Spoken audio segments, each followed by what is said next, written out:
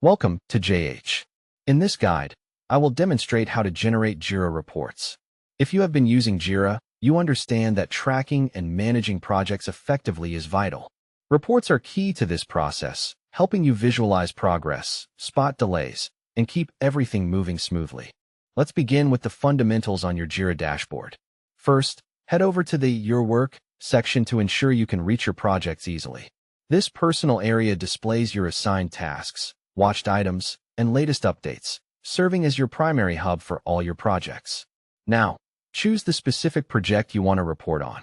This is important because reports focus on individual initiatives. Clicking the project opens a dedicated view where you can oversee everything from backlogs to active sprints. Next, let's adjust the project settings. Once your project is open, look at the sidebar on the left and select Project Settings.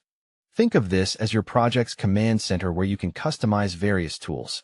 Within these settings, find the Features tab. This area controls the specific tools available to your team.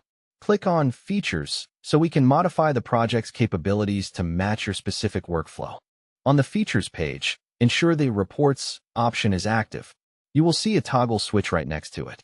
If it isn't already on, flip the switch to enable it.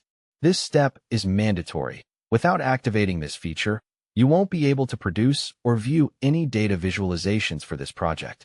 Now that reports are enabled, return to the main project view by clicking the Back to Project link. This takes you back to the main interface where we started, now fully equipped with the necessary tools. On the main project page, locate and click the Reports section in the left-hand menu. Opening this will display a variety of reporting formats. These reports provide the visual data needed to understand your project's story. You must now pick the report type that fits your goals. Jira provides several options, each offering unique insights into different project aspects. Whether you need to analyze sprint data, backlog status, or velocity trends, there is a specific report for you. To show you how this works, let's select the cumulative flow diagram. Click it from the menu. This report is excellent for tracking task progress over time, showing how items move through stages and highlighting where work is piling up. Using this tool is invaluable for maintaining an efficient workflow and making data-driven decisions. By following these steps, you have successfully generated a cumulative flow diagram. This is a powerful tool for teams to maintain a shared understanding of their process and resolve performance issues quickly. In short, mastering Jira reports is essential for project oversight.